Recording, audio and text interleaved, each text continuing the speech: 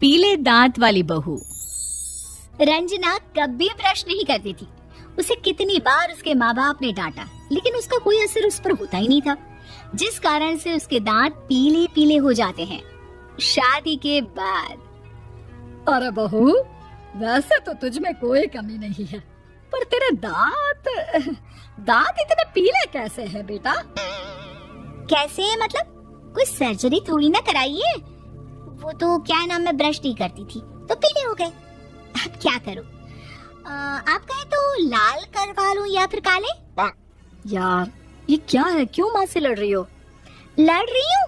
अरे मैं लड़ रही हूँ या ये बोल रही है कि दांत पीले हैं, पीले। अरे तपस्या थोड़ी ना की है इन्हें पीले करने के लिए। बकायदा ब्रश नहीं किया है 20 साल तक, तब जाकर। छी, कैसी बात कर रही हो? ये उस वक्त तो पीले नहीं थे जब हम लोग तुम्हें देखने आए थे। अरे तब साफ करवा लिया होगा डेंटिस्ट के पास जाकर। अब देखो कैसे पीले पीले लग रहे हैं।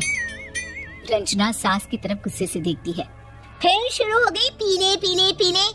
अरे पीले तो तब भी थे जब मेरे हाथ का रसगुल्ला उड़ा उड़ा कर खा रही थी और बोल रही थी, लड़की नहीं गुणों का खजाना दे रहे भाई साहब आप। खैर, अब वो लोग करते भी तो क्या करते, पीले दांत वाली बहू पल्ले पड़ी थी तो झेलना तो था ही। एक दिन कीर्तन में रंजना गाना गा रही थी। अरे कमला बहन, माँ का द्वार है, यहाँ तो सब शुद्ध होकर आते हैं, फिर अपनी बहू को ब्रश भी नहीं करवाती तुम। दूर से पीले पीले दांत भक्ति में बाधा उत्पन्न कर रहे हैं। अरे कोई 2 साल के बच्चे थोड़ी ना लेकर आई हूँ मैं बहू बनाकर। अच्छी खासी लड़की है, अरे कैसे करवाऊं ब्रश? ये तो उसे खुद करना चाहिए ना। अब माँ बाप तो इसके जैसे तैसे निपटा दिए, ये नहीं सोचा कि सास कैसे संभालेगी। सास बहू को लेकर घर आ जाती है, लेकिन सोच लेती है कि अब इसे लेकर कहीं नहीं जाएगी। अगले रोज बहू कहती है, अरे क्या हो गया, मंदिर नहीं जाना क्या? कीर्तन का वक्त हो रहा है। मेरी मधुर वाणी से कान्हा जी जागते हैं और सोते हैं। आप तो जानती है ना उनकी भक्ति में कितना मन लगता है मेरा। वो क्या है ना, तबीयत ठीक नहीं लग रही है मेरी, आराम करूंगी मैं। तबीयत ठीक नहीं लग रही? अभी तो मिथुन के गाने पर नाच रही थी आप, और अब बोल रही है कि तबीयत ठीक नहीं लग रही। अरे भक्ति में मन लगा लो सासू माँ, ऊपर जाना है, क्या मुंह दिखाओगी आप? हाँ? सास को बहू की बात पर गुस्सा आ जाता है। मैं क्या मुंह दिखाऊंगी, इसकी चिंता तो ना कर, समझी? अपने मुंह की चिंता कर, जो ये पीले पीले दांत लेकर हर जगह पहुंच जाती है। पता है लोग कितना मजाक बनाते हैं। ना जी ना, मैं नहीं जाना कहीं तेरे साथ।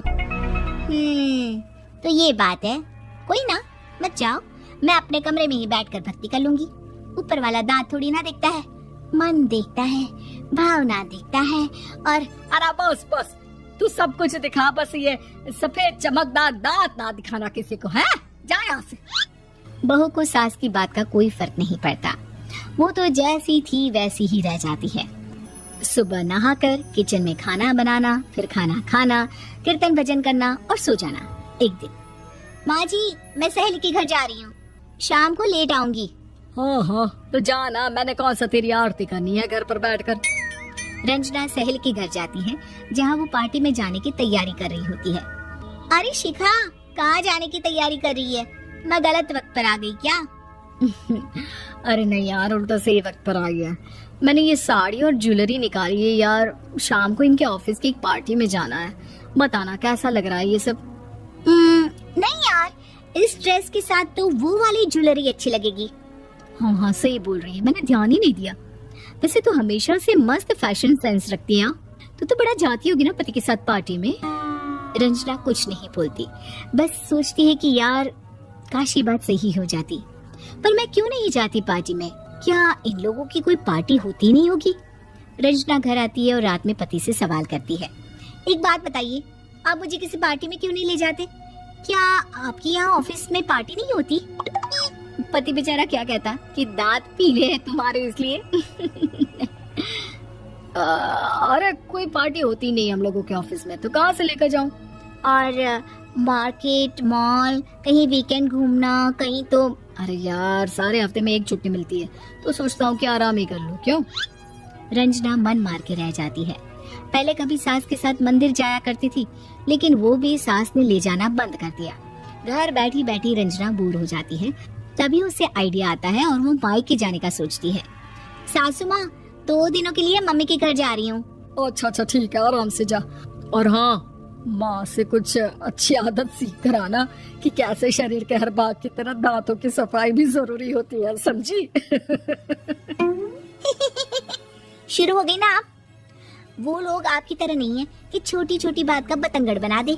उन लोगों के लिए मैं मायने रखती हूँ, ना कि मेरे पीले पीले दांत। रंजना माँ को बिना बताए उन लोगों को सरप्राइज देती है, लेकिन जैसे ही वो दरवाजे पर पहुँचती है, अंदर देखती है कि घर वाले कहीं जा रहे होते हैं। अब माँ, काश रंजना दीदी के दांतों वाली प्रॉब्लम नहीं होती तो वो भी हम लोगों के साथ चलती ना बुआ जी की बेटी की शादी में।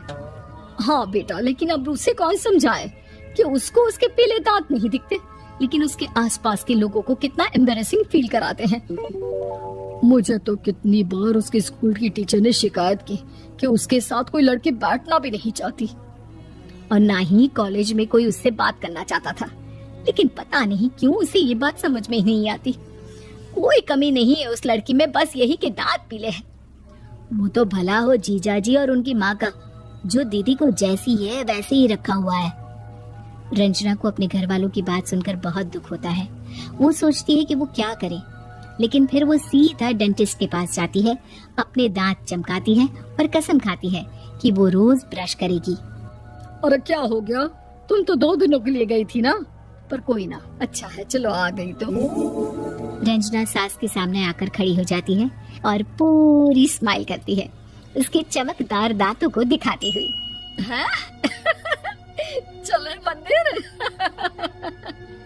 माँ, मुझे माफ कर दीजिए, मैंने आप लोगों को बहुत एम्बैरेसिंग फील करवाया। मैं आज से रोज ब्रश करूंगी।